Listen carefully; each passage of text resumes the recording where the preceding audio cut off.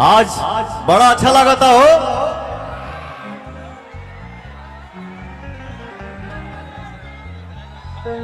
मिल लो जा बढ़िया से।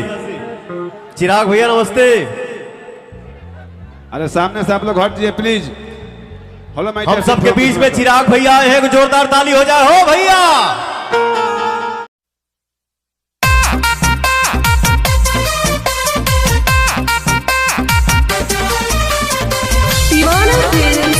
जहानाबाद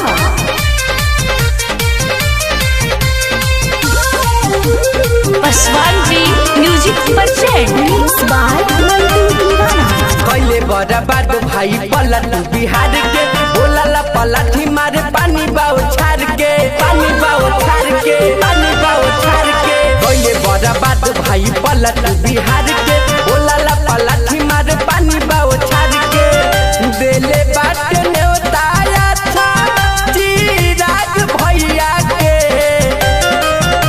बताई हाय भाई अब की पलट का सैया के बताई हाय भाई अब की पलट का सैया के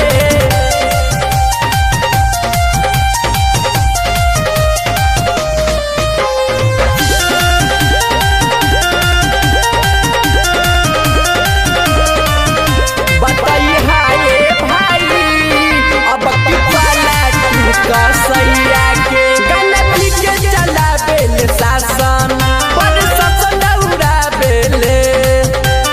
गलत के जे भी गलत कहे त गिरफ्तार करा बेले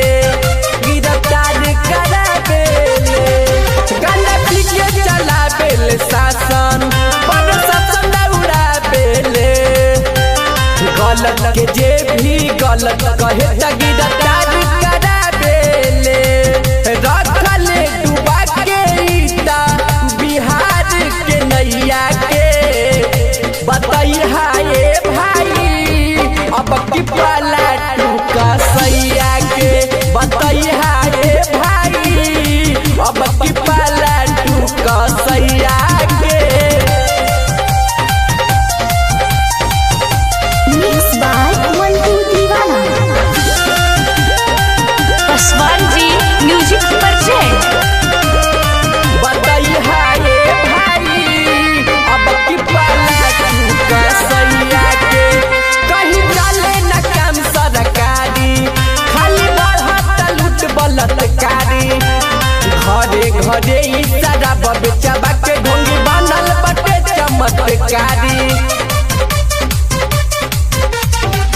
कहीं चले न काम सरकारी खाली बढ़त लूट बलात्कारी घरे घरे ई शराब बेचबा के ढोंगी बनल बटे चमत्कारी गौतम चिराग न छोड़ी है आई सन मुदैया के बताई हाय भाई